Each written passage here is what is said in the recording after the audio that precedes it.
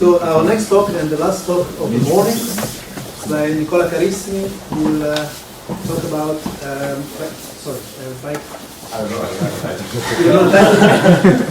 bicategorical enriched construction. Enriched construction. Beautiful.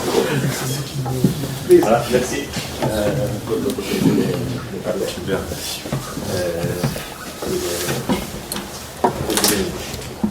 It's something to go on in French.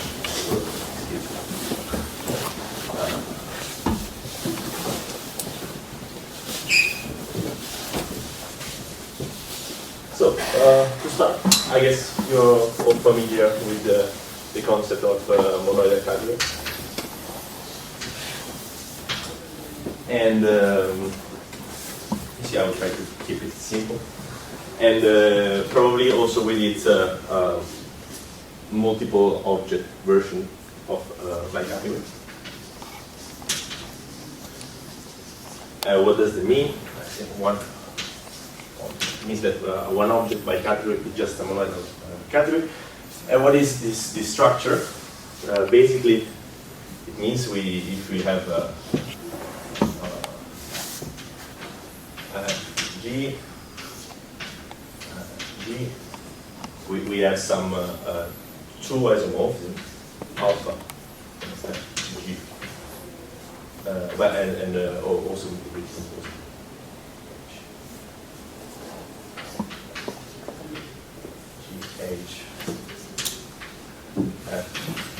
GH, lambda, identity,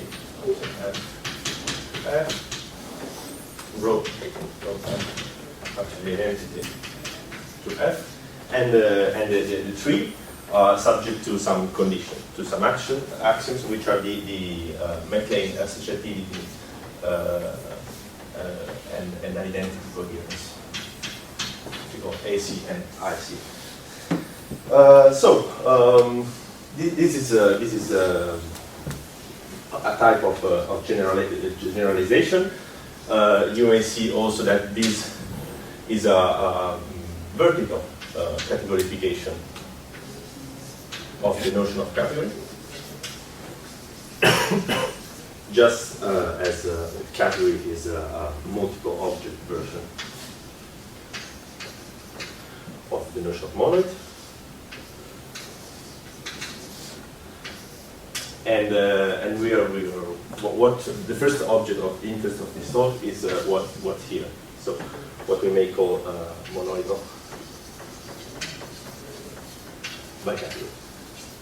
Of course, I could say, well, here there's a notion of bicategory, and so a monoidal bicategory just tricategory with one object, but this would be cheating because I want to show you the structure. And so it's a good definition.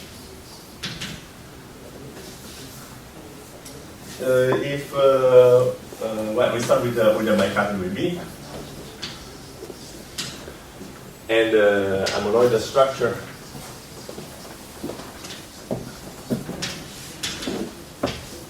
on it is data of pseudofunctors B and unit from the terminal bicategory B, so we can see this as an object, and pseudo-natural transformations A, L, and R, which mimic all the structure, but whose components are this A, C, A, C, A1, A,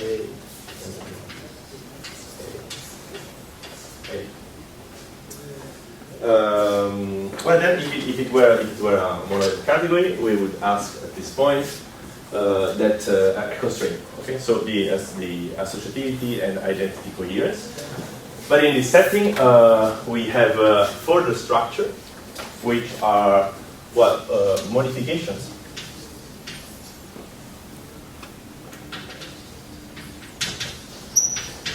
Which are the two modes of the bicategory of bicategories, phi and mu, which fit the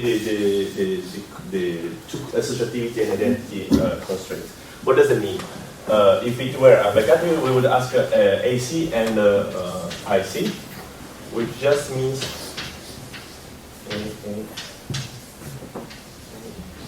one AB. I omitted the tensor here, but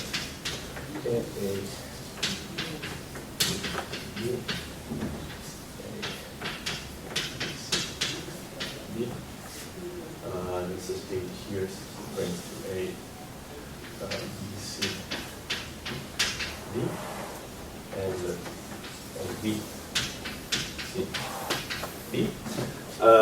This won't commute strictly, would be the identity here between these two arrows, but the components, the A, B, C, D components of phi.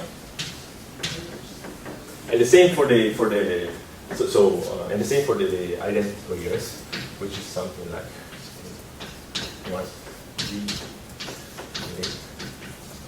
1 B, B. So here I have right one, there one, no, sorry, right. I got confused with left and right.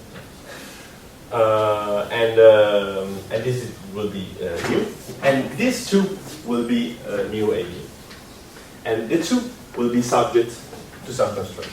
Such that one, and it's remarkable, just one axiom. They are invertible, right? Yes, they are, sorry. Invertible modifications. Yeah. I replaced the equality, which is a very particular two morphisms, by a general one, but we demand some constraint. First example is what the category of the bicategory, which is in actually strict of active categories. As we can define the tensor product of two additive categories, and which is the additive category which has pairs of objects, and on each home we take the tensor product of the. So another thing. In the same spirit, we could ask for a monoidal structure to be also braided. So what does it mean in one categorical sense to have a braiding? It means to have the xy from xy to yx on isomorphisms. So that's a natural transformation whose components are these things. And we demand for the braiding to satisfy two axioms. That means we have two hexagons which are required to commute in the strict sense for the braiding. And well, it involves the associator with A, and B1. And here's something similar. B1. You can draw it then yourself and see what does this thing mean. But the point of these two axioms actually is just that they are telling me that if I have three objects and I tensor them, and I switch this with the two here, I find the same thing as switching first these two and then these two. And I won't surprise you at this point that a braided monoidal bicategory won't be necessarily this with this commutative, but part of the structure of a braiding will be two modifications whose components will be these two morphisms, with two morphisms, and S, such that axioms. So they will satisfy some actions. And here, just for the record, the axioms are much harder than just the axiom for the monoidal structure. They are 4 and they are huge and well, they award you. So, what can we do with monoidal bicategories?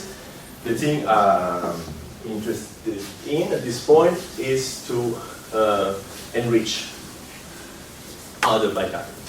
So to look at other bicategories whose home object are no longer just categories, but object in a monoidal category A. So.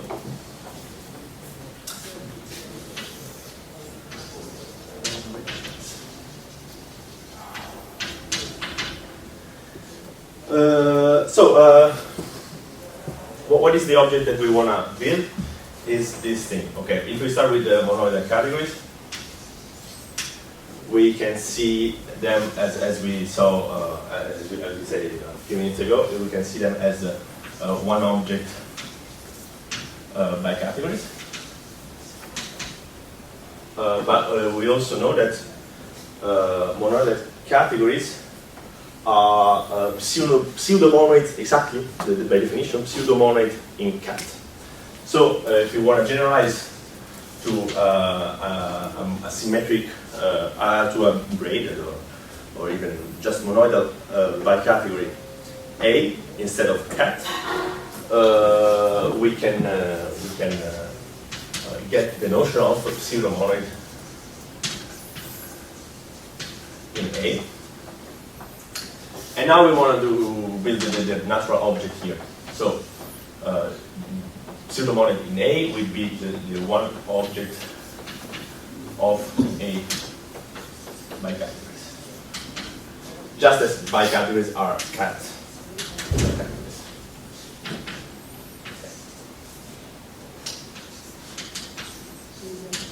So that's the thing that we want to build now.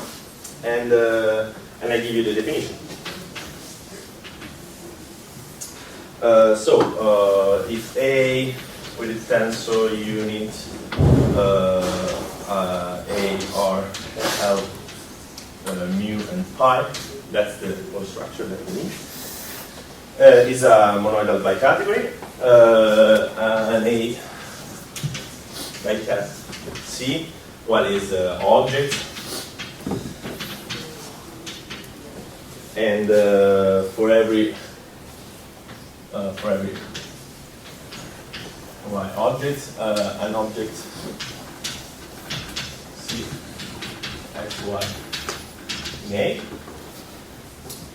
That's the zero dimensional part of the structure. Then we have multiplications, which is just composition.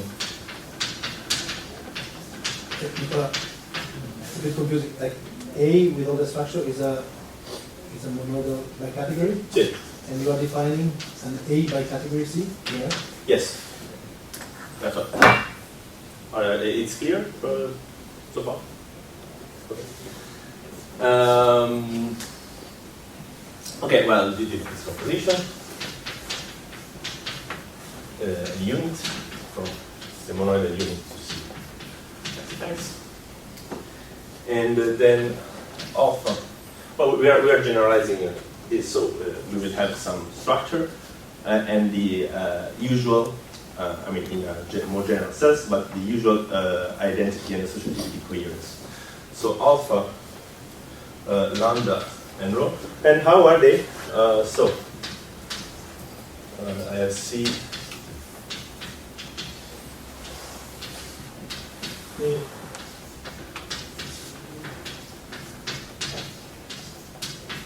Okay, this parenthesis here. Then I can take the identity here and multiply. And then I can multiply again. And then here I can multiply and take the identity.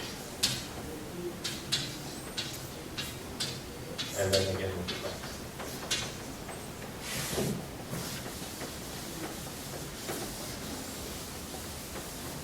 So here you have a pair of objects for which it makes sense, all this. And alpha will be an isomorphism whose components are will be, I'm sorry, will be, no, I was wrong. Alpha will just, at this point, be two isomorphisms in A. Alpha is just in A. Okay, they are no longer pseudo-network transformation, but just two isomorphisms. So we cannot look at their components. That's why we put it more complicated. Because we have to put all the morphisms in. We have to hide them. Okay. So lambda is something that is y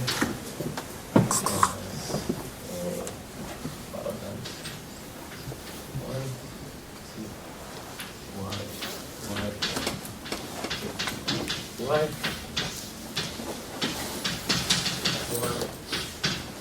Here I have the uniter, the zero action, and then the other. Okay.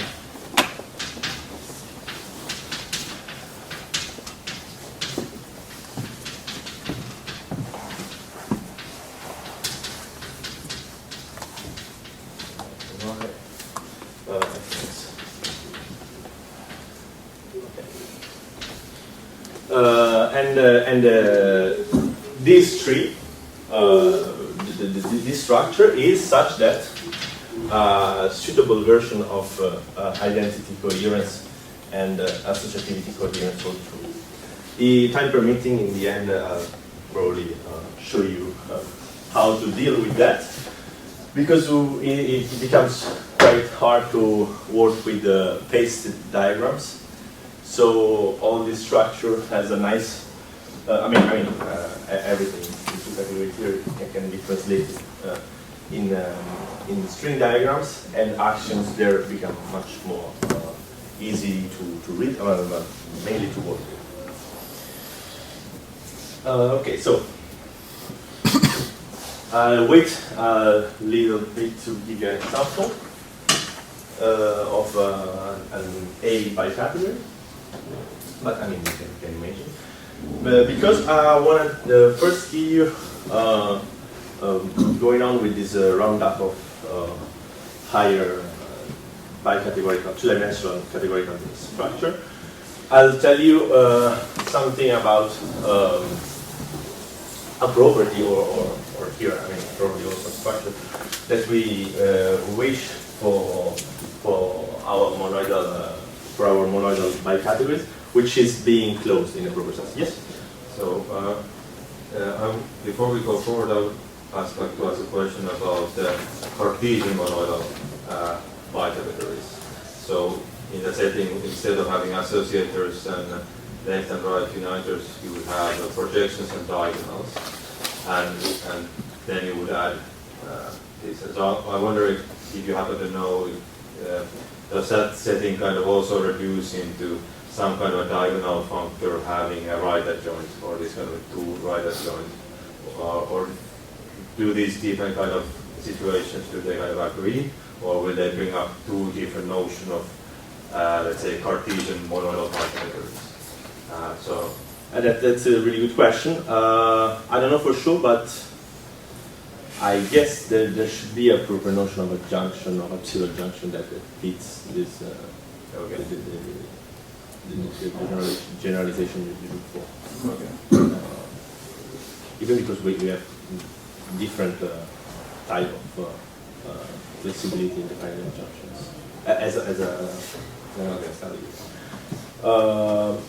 So what we want for monoidal bicategories often is being closed, that it's what you may guess, so that this functor here has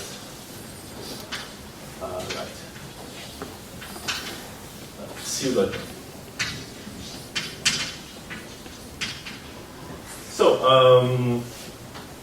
by pseudo junction, what I mean is Well, in a general case, we can say that F is left pseudo adjoint to G if they are pseudofunctors of the obfused sort.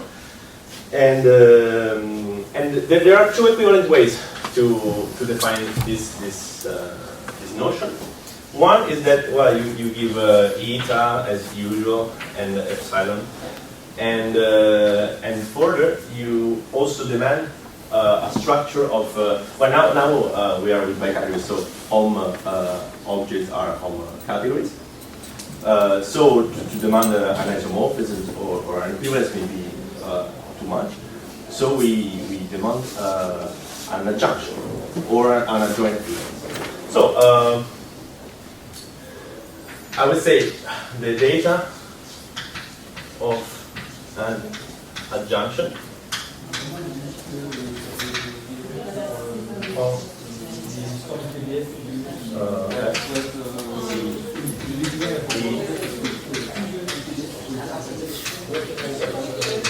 induced by epsilon eta. But this is not really in the spirit of how we want to deal with this structure. Much more in that spirit is that, and its equivalent, is to demand that's eta and epsilon. And as you know, even in one-dimensional category theory, we can describe adjunction by triangular identities. And in this setting, triangular identities won't be identities, but part of the structure will be something that fits the triangles.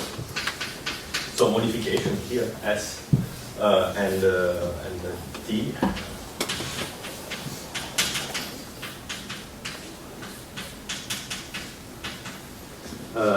Satisfying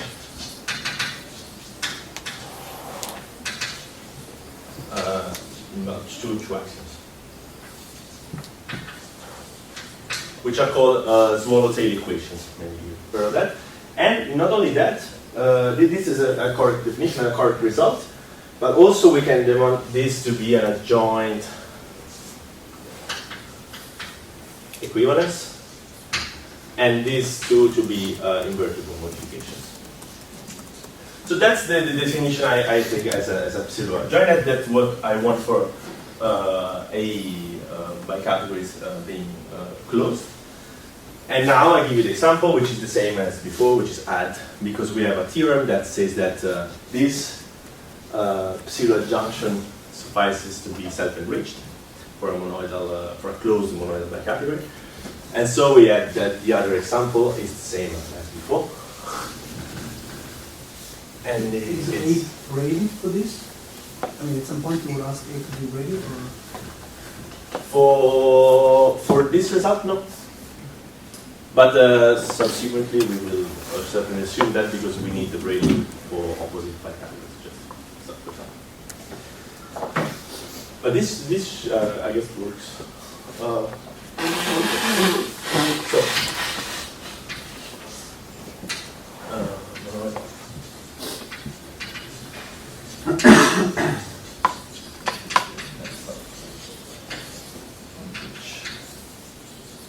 And hence an example is an add, which one can show to be closed.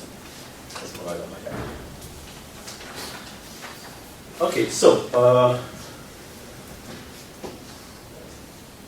okay, an important thing about bicategories, yes, is now that their pseudofunctor categories also has a natural structure of bicategory. So if I take C and B bicat, then pseudofunctors from C to D. This has pseudofunctors as objects, pseudonatural transformation as one morphism, but also modification.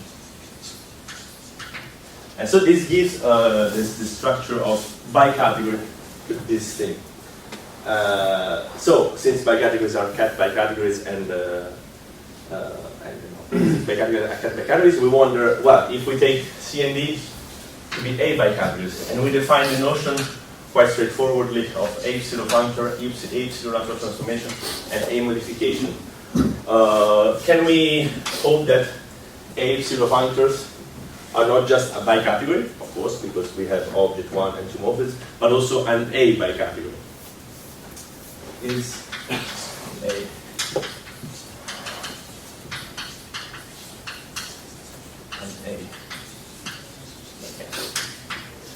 the answer is yes, but we need some.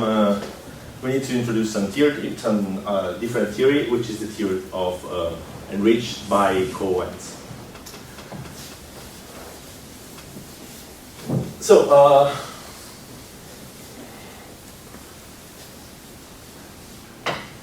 I'll start with an example.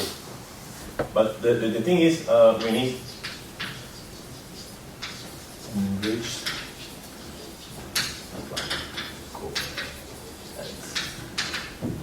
I'll start with an example which serves as can explain where this notion comes from in some sense. Suppose to have in the enriched setting an A pseudonatural transformation between A pseudofunctors. Well, what does it mean? With F and G from B. What does it mean that we want an arrow from FB to GB for every object B, but we are in a rich setting, so we cannot pick out arrows as if they were objects somewhere. So we need to describe morphism in this way. So that's the first. The way we refer to a morphism from FB to GB for in a rich category theory. And so this is a part of structure of pseudonatural transformation, and the other part is something that basically tells us that it would be two isomorphisms from the side of the natural square. Okay? So like from GF alpha B to alpha B prime f of f. But the way we write that in a rich setting is by collectively join all the morphisms from B to B prime into this object, which is the only way we know morphism from B to B prime. And then we take G, B prime, F,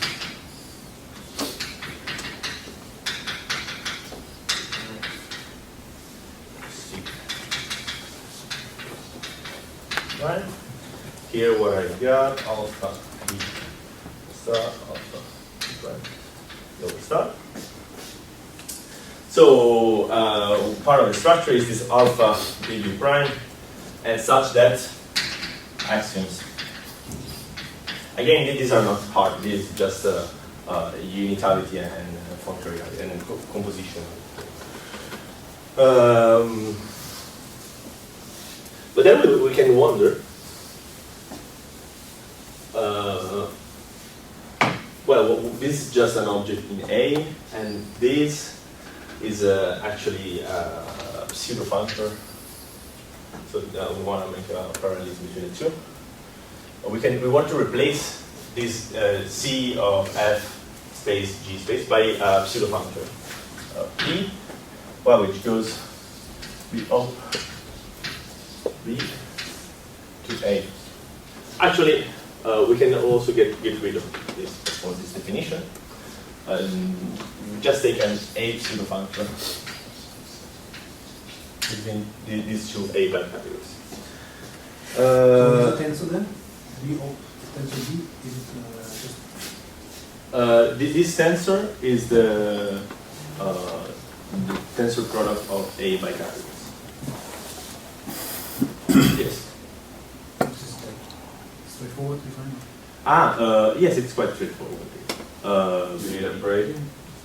Oh yeah. Here everything's braided, even for defining B of. Yeah. Okay. Of course. So A is braided. Yes, yes, A is yeah. From now on, I would say A is always a braided monoidal. Yes, yes, we can define this thing is a natural notion of product of bicategories, of A bicategories. Sorry. To generalize this definition to a more general setting, we find that the notion of by wedge. So by wedge is what is an object D and D together with maps of D from D to P D. And for the structure, like here, well, we no longer have G and F, so the diagram will be slightly different, but it expresses the same thing eventually. So B prime, B, B,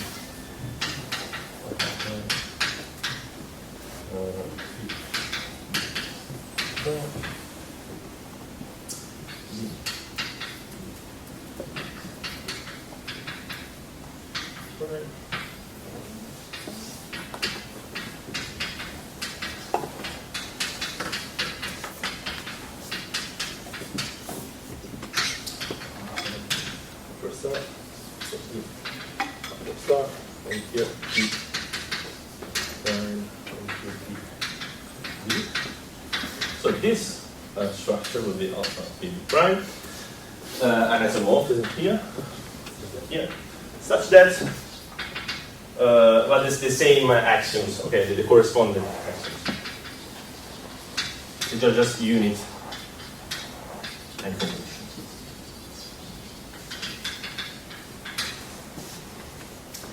And okay, this is the notion of by wedge, and we denote this by this symbol here. And this is the basic object that serves us for defining by ends in this sense. So we have this definition for any pseudofunctor of this sort. But for defining by ends, the idea is to take the initial and the terminal object of this sort. Okay. The terminal for wedges and the initial for co-wedges, which are the same thing in the object category. And but there's a problem that is general in enriched category theory, and it is that defining terminal object, terminal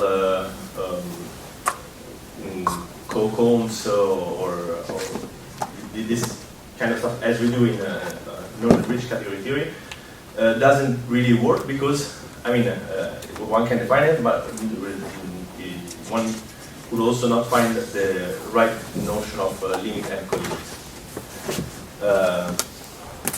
I will give you an example maybe after, but the point is that in order to define terminal by wedge, we can do that properly only if we land first, only if we land in A, which is now then supposed to be closed, of course, because we want it to be nonetheless a pseudofunctor. So, if P goes from B up, B, A pseudofunctor. So here A again is monoidal, closed, braided monoidal. A by N for P is a weakly terminal by wedge. Okay, by saying weakly terminal, I'm cheating again a little because I should say what do we mean. And The point is, I will have an object D, which I note like this.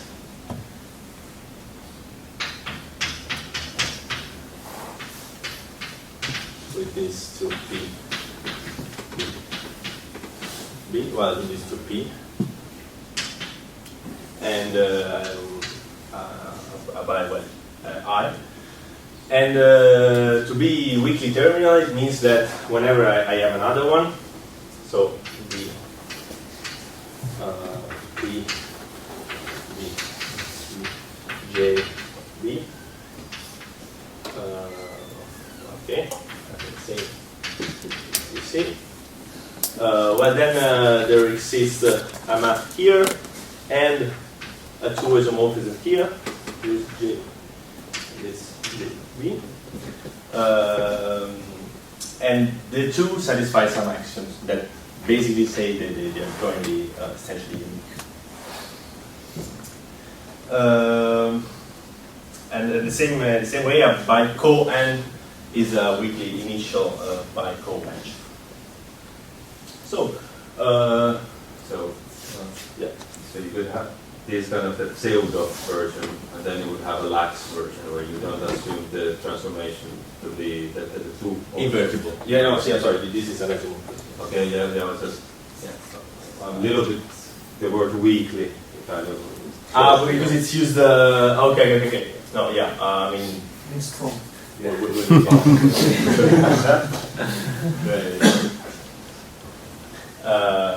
but in this appropriate sense. But no, yeah, not lax. I mean, working with two attributes. I mean, for computation, then I always need to invert this stuff.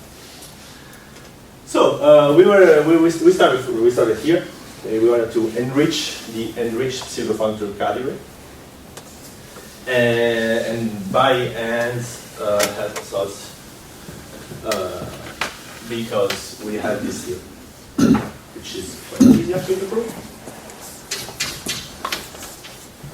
Okay.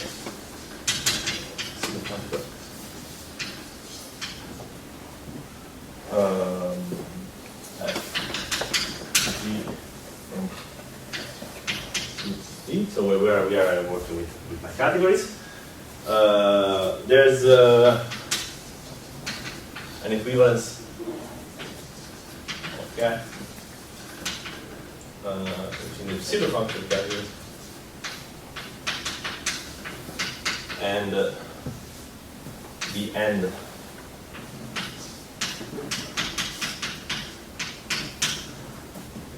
given by these pseudofunctors, which is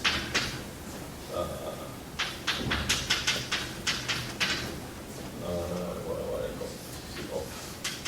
Sorry, it's the category of pseudo-natural transformations? You mean? Yes.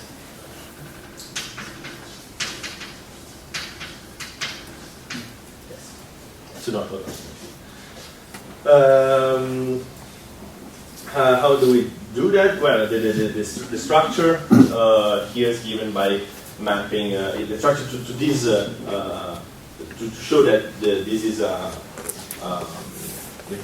indeed an end is given by mapping with this IB to C as B. Well, it maps a gamma to gamma. Okay. Gamma. So it's just an evaluation. And this inspired the definition of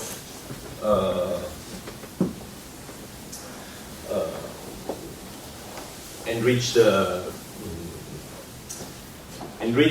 pseudofunctor by category, by saying that even in the enriched context, in the a pseudonatural transformation between f and g, which will be a pseudofunctors from between a by categories, can be defined as this thing.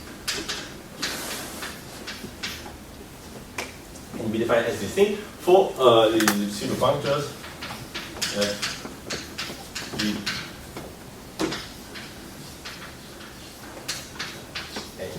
So we define it exactly for things that land in A. So this works. And the question is now how to define the notion of by n and by coends for a general A pseudofunctor of this sort. So that means for an A pseudofunctor that lands not necessarily in A. And the way to do that is representatively. So before that, I'm going to show you a theorem. I mean a fact more than a theorem. I won't prove it. But for P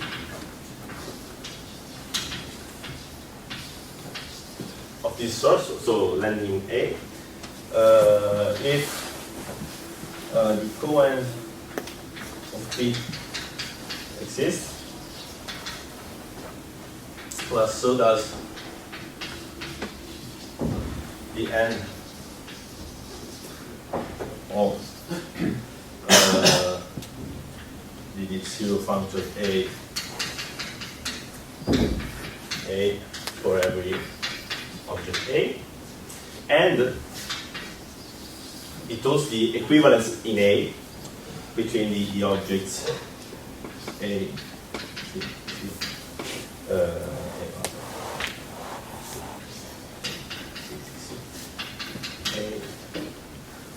and A.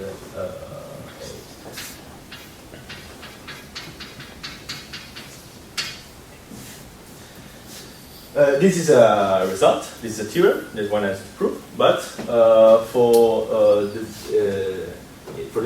the general definition of by coends for an A pseudofunctors in A by category D, this will be basically the definition. That's what we meant by representative.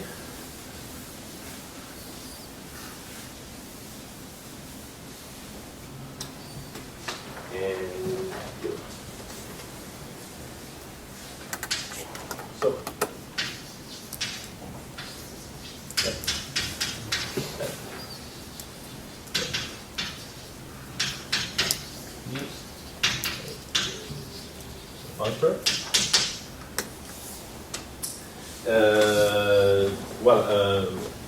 we say that an object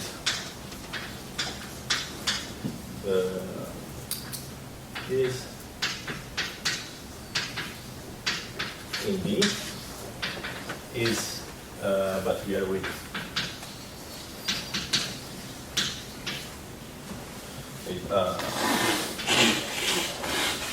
by coends.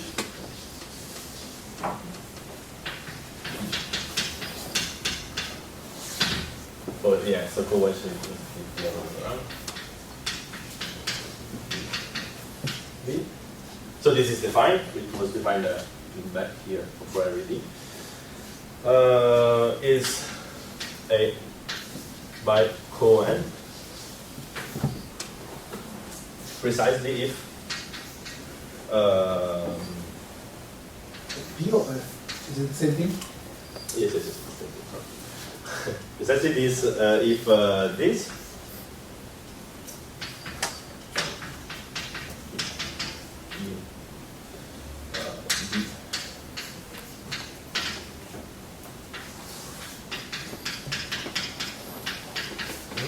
defined and end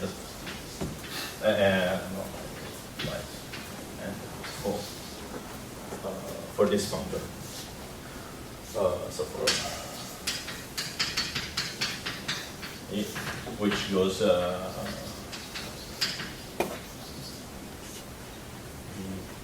actually well goes like this because that's how it goes. And then analogously, one can define a by n if the functor of morph is out of D defines again an n. So And we sorry, it's enough to ask it separately for every object D, right? Or yes, yes, it's enough. Yeah, for every.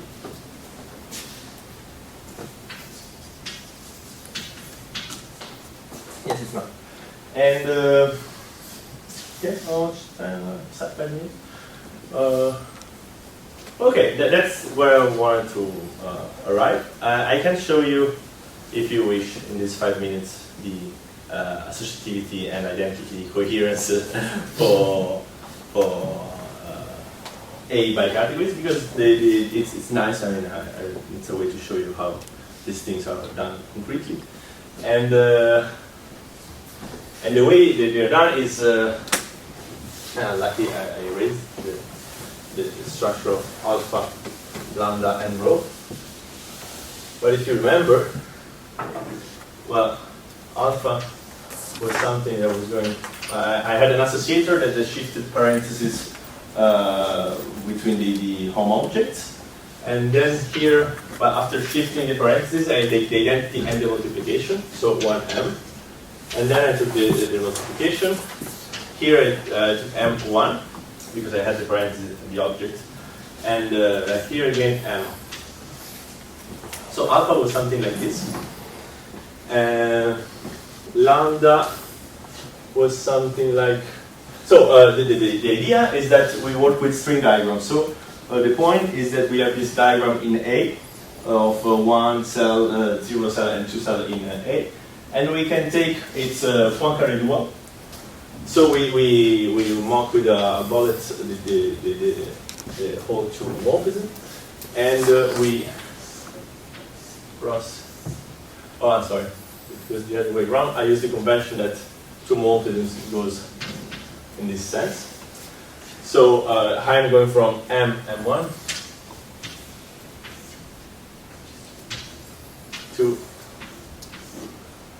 m, and one morphism goes this way. M, 1m, a. And the same way, I can also. What is that? Draw the two associators, the two. Sorry, that's the associator and two unitors, rho and lambda. So rho as the shape. Rho was something. What was that rho? I had R here. So let's see. XY 1, 2. Y, here 1 and then the unit, so y, what I see, and x, and here the multiplication. So the rho is going from multiplication, 1q, and that's R, and analogously I had lambda, which goes from multiplication, u1, and then so, yeah, just 1 minute to draw these things and show you how you can actually recognize the usual actions. That's the thing. The two constraints for the A bicategories of AC, which is given by M11.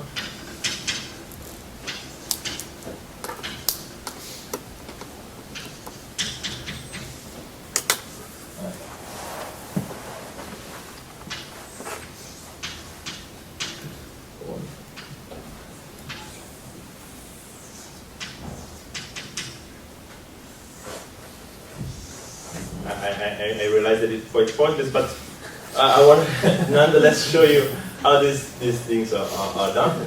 And yes, I want to also show you how you can actually recognize the usual structure from the usual pattern for these two actions. And here it goes. There it goes. Well, you see, when you had the associativity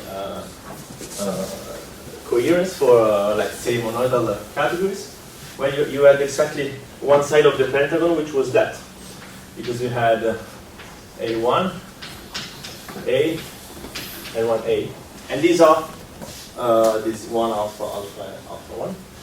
And on the other side, we have the slightly easier AA, which are enriched alpha.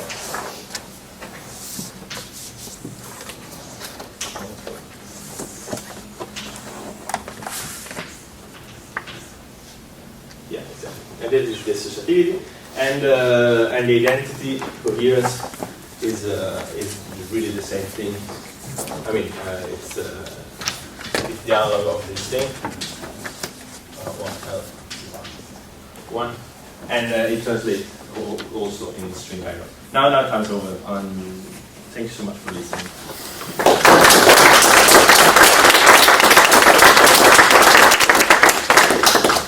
Do you have any questions? Yes. So it's a question and a remark at the same time. So bicategory and enriched category. So you use the 0 cells of the bicategory for the home of your enriched category. You use the 1 cells to define composition and the 2 cells to relax them, right? Yes. So what Benabou did years ago was to take a bicategory, use the 1 cells for homes, the 0 cells for typing, and the 2 cells for multiplication. And so there is no relaxation. And so, right, so it's shifting from one of the levels. What is interesting in Benabou's construction, which has been worked out in various examples and cases, for example by Street, who defines Cosmo and so on, is that if you take, so you have these enriched categories, you have enriched functors between them, but also enriched profunctors, distributors. And when you move from the given bicategory to the bicategory of distributors, then this has universal property. It's the completion of the given bicategory for certain coordinates.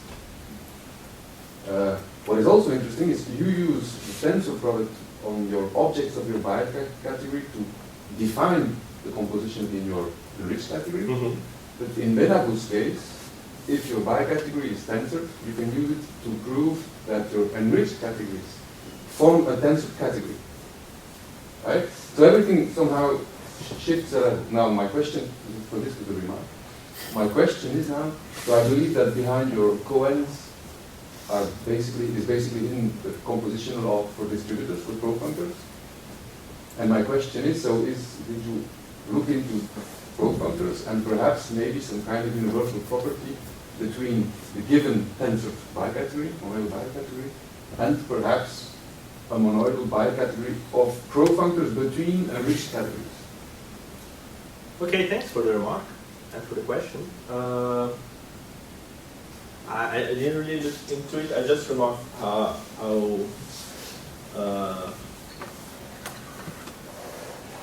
no, actually I didn't look into it, but I will ask you something about that because yeah, it's an interesting point, perhaps. Yeah.